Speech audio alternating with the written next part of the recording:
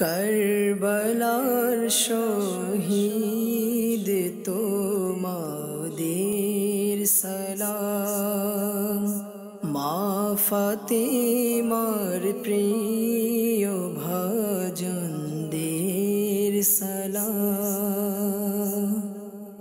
আলহামদুলিল্লাহি রাব্বিল আলামিন, ওয়াসসালাতু ওয়াসসালামু আলা সাইয়্যিদিল মুরসালিন, আম্মা বা'দ, ফাআউযু বিল্লাহি মিনাশ শাইতানির রাজীম, বিসমিল্লাহির রহমানির রহিম।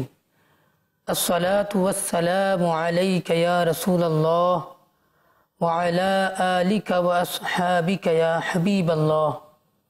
আসসালাতু ওয়াসসালামু আলাইকা ইয়া নাবিয়াল্লাহ ওয়া আলা আলিকা ওয়া আসহাবিকা ইয়া নূরাল্লাহ।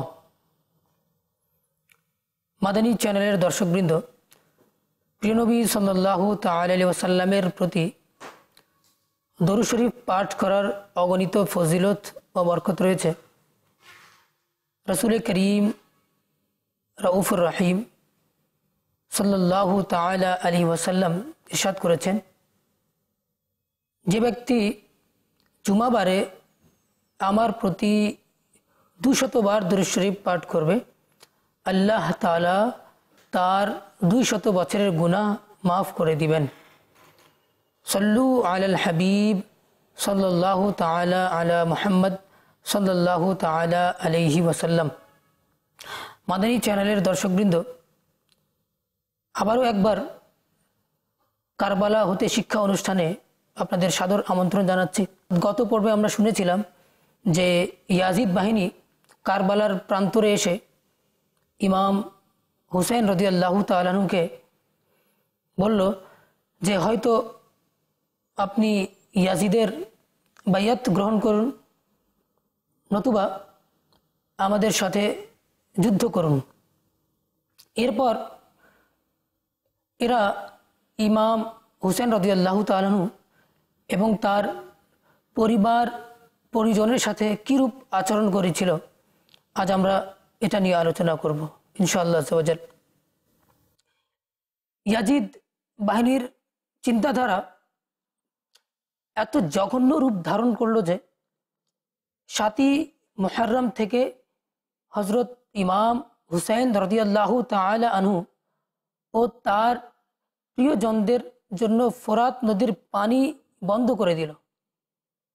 প্রায় 4000 সৈন্য ফোরাত নদীর তীরে এই কাজে নিয়োজিত করল। এদের মধ্যে 2000 ছিল স্থলবাহিনী আর 2000 ছিল অশ্বারোহী। তাদেরকে নির্দেশ দেয়া হয়েছিল যে এদেরকে যেন এক ফোঁটা পানীয় নিতে দেওয়া না হয়। সে মতে তারা পানি বন্ধ করে দিল। ইমাম হুসাইন রাদিয়াল্লাহু তাআলা আনহু এর 83 জন কাফেলার মধ্যে দুগ্ধপোষ্য শিশু ছিল এবং পর্দানসীন মহিলাও ছিলেন।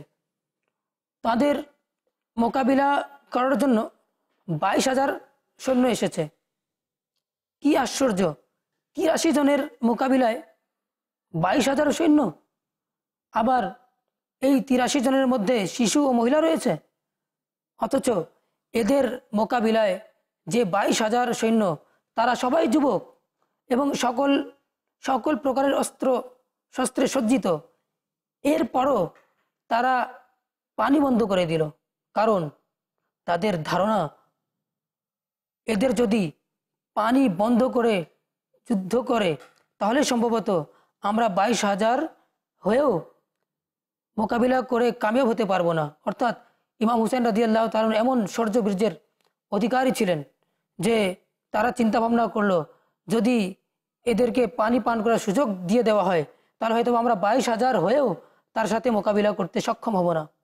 তাই পানি তারা বন্ধ করে দিল। এটা জুলুমের উপর জুলুম ছিল। আফসোস, ওনার জন্যই পানি বন্ধ করে দিল।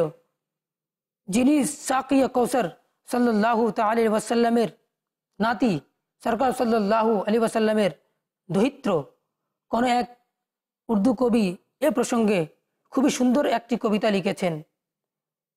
हाकिम का ये हुक्म था कि पानी बशर पिए, घोड़े पिए, ऊंट पिए, अहले हुनर पिए, सब पिए, चरिंद परिंद पिए, मना तुम ना कीजियो, मगर एक फातिमा के लाल को पानी न दीजियो। অর্থাৎ হাকিমের নির্দেশ ছিল মানুষ, জীবজন্তু, গরু ছাগল, পশু পাখি সবাই এই নদীর পানি পান করবে, তোমরা বাধা দিও না, কিন্তু হজরত ফাতিমাতুজ জহরা রাদিয়াল্লাহু তাআলা আনহা এর ছেলেকে পানি পান করতে দিও না। যেই ফরাত নদীর পানি সবার পান করার অনুমতি ছিল, জীবজন্তু পশু পাখি কারোর জন্য বাধা ছিল না, কিন্তু সেই ফরাত নদীর পানি পান করা থেকে বাধা দিল সাকিয়ে কৌসার, যিনি কিয়ামতের দিন রাসূল করিম সাল্লাল্লাহু আলাইহি সাল্লাম কৌসারের পানি পান করাবেন, সেই সাকিয়ে কৌসারের দৈত্রকে তারা পানি পান করতে দিল না। আল্লাহ আল্লাহ, যখন হজরত ইমাম হুসেন রাদিয়াল্লাহু তাআলা আনহু দেখলেন যে পানি বন্ধ করে দেয়া হয়েছে, তখন তিনি ঘোড়ায় আরোহণ করে ইয়াজিদের সৈন্য বাহিনীর নিকট গেলেন এবং তাদের সামনে সংক্ষিপ্ত বক্তব্য রাখলেন। তিনি রাদিয়াল্লাহু তাআলা আনহু তাদেরকে একান্ত যুক্তির মাধ্যমে বুঝালেন, জুলুম অত্যাচার থেকে বিরত থাকো, আমাদের রক্ত দ্বারা তোমাদের হাতকে রঞ্জিত করো না, জেনে শুনে কোনো মুমিনকে হত্যা করা মানে জাহান্নামকে নিজের ঠিকানায় পরিণত করা। আমি হলাম তোমাদের রসুল সাল্লাল্লাহু আলাইহি ওয়াসাল্লামের দহিত্র, যার কালেমাত তোমরা পড়ো, আর এই মুহূর্তে আমি ছাড়া তোমাদের রসুল সাল্লাল্লাহু আলাইহি ওয়াসাল্লামের কোনো দহিত্র নেই, আর আমার সম্পর্কে তোমরা ভালো মতে জানো, আমি ওই হুসাইন যার সম্পর্কে নবী করিম সাল্লাল্লাহু তাআলা আলাইহি ওয়াসাল্লাম ইরশাদ করেছেন, হাসান হুসাইন বেহেশতের নৌজওয়ানদের সর্দার। আমি সেই হুসাইন যখন নিজ মায়ের কোলে ক্রন্দন করতাম, তখন আল্লাহর প্রিয় নবী হজরত মুহাম্মদ মুস্তাফা সাল্লাল্লাহু তাআলা আলাইহি ওয়াসাল্লাম বলতেন, ওগো ফাতেমা, ওকে কাঁদায়ও না, কারণ কাঁদলে আমার খুবই কষ্ট হয়। দেখো, যখন প্রিয় আপন মায়ের কোলে আমার কান্নাটা নবীজি সাল্লাল্লাহু আলাইহি সাল্লামের জন্য কষ্টদায়ক ছিল, এখন তোমরা যদি আমাকে ভিন্ন দেশে কষ্ট দাও এবং আমার রক্ত দ্বারা তোমাদের হাতকে রঞ্জিত করো, আমার ছেলে মেয়েদেরকে শোকাভিভূত করো, তাহলে কল্পনা করে দেখো যে নবী করিম সাল্লাল্লাহু তাআলা আলাইহি ওয়াসাল্লাম কীরকম কষ্ট পাবেন। আর যে রসুল সাল্লাল্লাহু আলাইহি সাল্লামকে কষ্ট দেবে, ওর পরিণাম সম্পর্কে তোমরা পবিত্র কোরআনেই পড়েছ।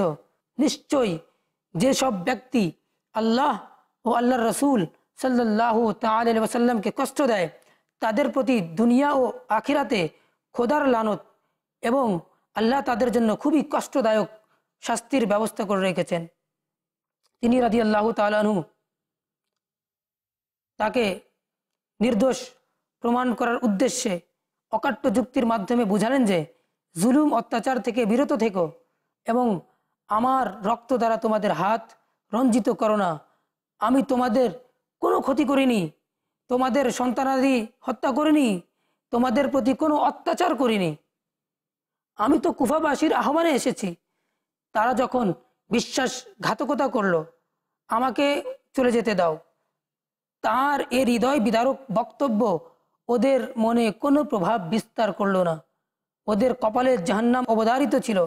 তাই ইমাম হুসাইন রাদিয়াল্লাহু তাআলা আনহু এর আকুল আবেদন তাদের মনে কোনো রেখাপাত করলো না, বরং তারা হই হুল্লা শুরু করে দিল এবং বলতে লাগলো, আমরা আপনার বক্তৃতা শুনতে আসিনি।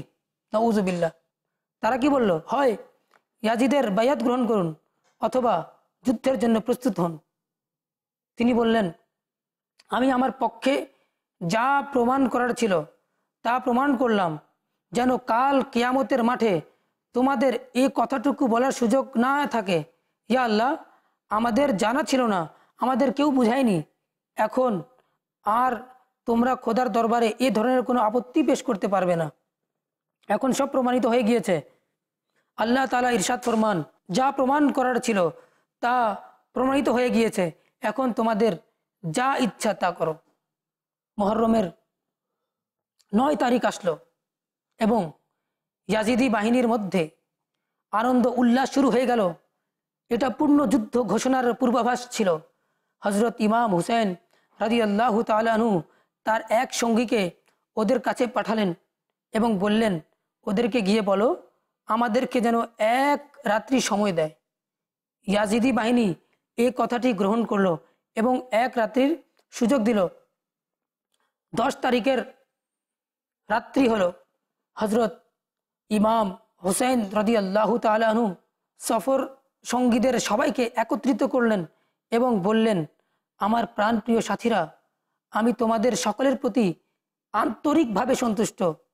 আমি সানন্দে তোমাদেরকে অনুমতি দিচ্ছি যে আজ রাত্রে তোমরা যে যেদিকে পারো চলে যাও। এই সব ইয়াজিদি বাহিনীর লোকেরা আমার রক্ত পিপাসু, এরা একমাত্র আমার রক্তেই পরিতৃপ্ত হবে। তোমরা চলে যাও, তোমাদের জান বেঁচে যাবে। কিন্তু তার সাথীদের মধ্যে একজনও যেতে রাজি হলো না, বরং বললেন, এ নাজুক সময়ে আপনাকে শত্রুদের হাতে সোপর্দ করে কিভাবে চলে যেতে পারি? এরকম পরিস্থিতিতে যদি আপনাকে ফেলে আমরা চলে যাই, কাল কিয়ামতের মাঠে আমরা আল্লাহ রসুল সাল্লাল্লাহু তাআলা আলাইহি ওয়াসাল্লামকে কিভাবে মুখ দেখাবো?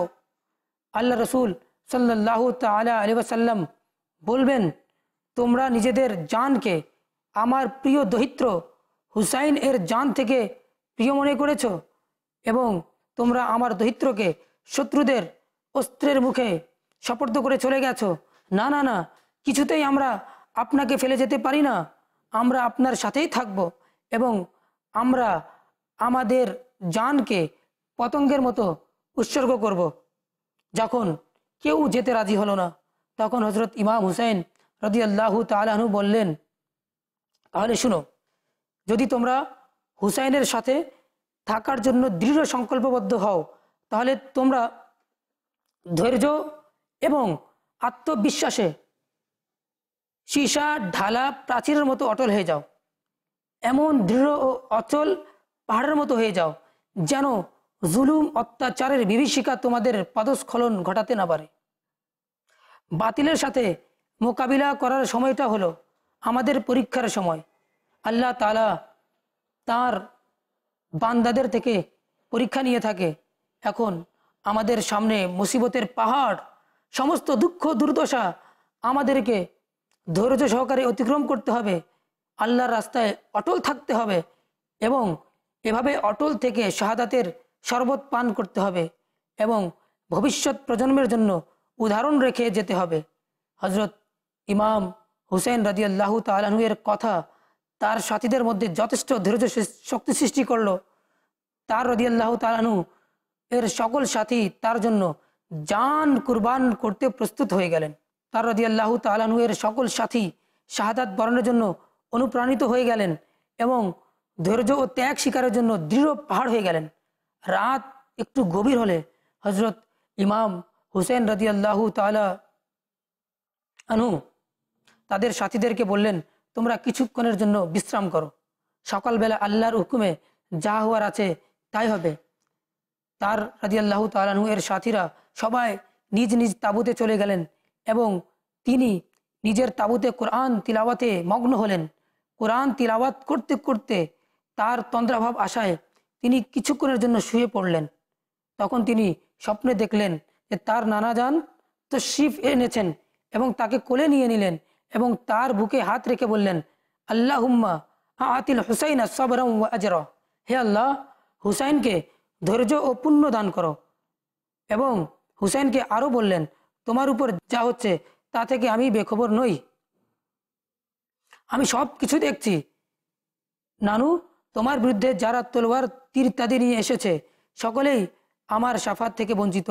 হুজুর সাল্লাল্লাহু আলাইহি ওয়াসাল্লাম এটা বলে ইমাম হুসেন রাদিয়াল্লাহু তাআলা আনহু এর অন্তরকে ধৈর্য ও স্থিরতার খনি বানিয়ে চলে গেলেন।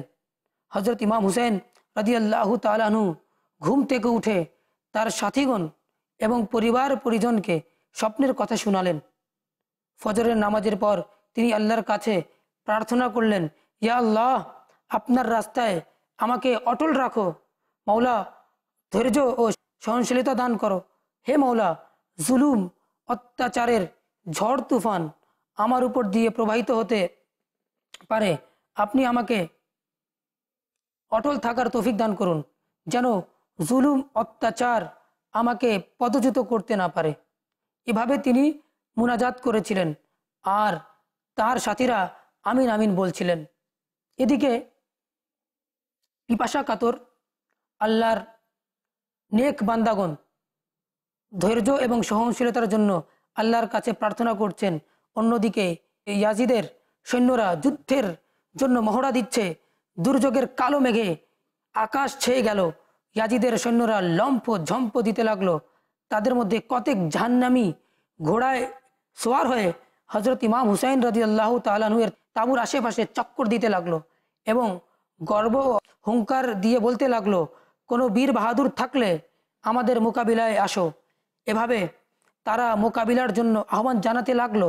ইত্যবসরে জালিমদের মধ্যে কেউ হজরত ইমাম হুসাইন রাদিয়াল্লাহু তাআলা আনহু এর তাঁবুর দিকে তীর নিক্ষেপ করলো। হজরত ইমাম হুসেন রাদিয়াল্লাহু তাআলা আনহু এর সাথীরা, যারা শাহাদাত বরণ করার জন্য উদ্গ্রীব ছিলেন, তারা মোকাবিলার জন্য প্রস্তুত হয়ে গেলেন এবং ইমাম হুসেন রাদিয়াল্লাহু তাআলা আনহু এর অনুমতি প্রার্থনা করলেন। আর ইমাম হুসাইন রাদিয়াল্লাহু তাআলা আনহু তাদেরকে অনুমতি দিলেন। অনুমতি পেয়ে তারা বীর বিক্রমে যুদ্ধ ময়দানে ঝাঁপিয়ে পড়লেন। 3 দিনের পিপাসা কাতর এবং ভুকা সঙ্গীরা সবর এবং ধৈর্যের পরাকাষ্ঠা দেখালেন। ভুকা ও পিপাসার্থ হলে কি হবে, তারা ইমানি বলে বলিয়ান ছিলেন। এদের একজন ওদের 10 জনের থেকে অধিক শক্তিশালী ছিলেন। প্রচণ্ড যুদ্ধ করে অনেক ইয়াজিদি বাহিনীকে জাহান্নামে পাঠিয়ে শেষ পর্যন্ত নিজেরা এক এক করে শাহাদাত বরণ করেন। হজরত ইমাম হুসেন রাদিয়াল্লাহু তাআলা আনহু নিজের চক্ষুর সামনে তার এই 50 জন সাথীর শাহাদাত বরণ দেখলেন। এত কিছু দেখার পরও তিনি ধৈর্যচ্যুত হলেন না। তার রাদিয়াল্লাহু তাআলা আনহু এর সাথীদের বুকে তীর নিক্ষেপ অবলোকন করেছেন আর বলছেন, রদিতা বিকদাইকা, অর্থাৎ মৌলা, আমি আপনার ইচ্ছে এবং আপনার সিদ্ধান্তের উপর রাজি। 50 জন সাথীর শহীদ হওয়ার পর তার রাদিয়াল্লাহু তাআলা আনহুর সাথে মুষ্টিময় কয়েকজন আপনজন ছাড়া আর কেউ রইল না।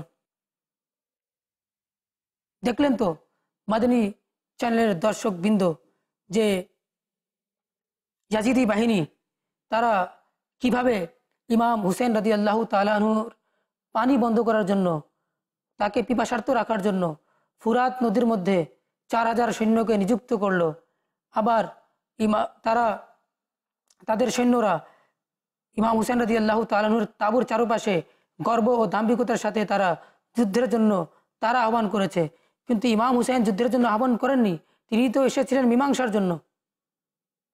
কিন্তু এরা মীমাংসার বিনিময়ে তারা যুদ্ধের জন্য তারা আহ্বান করেছে।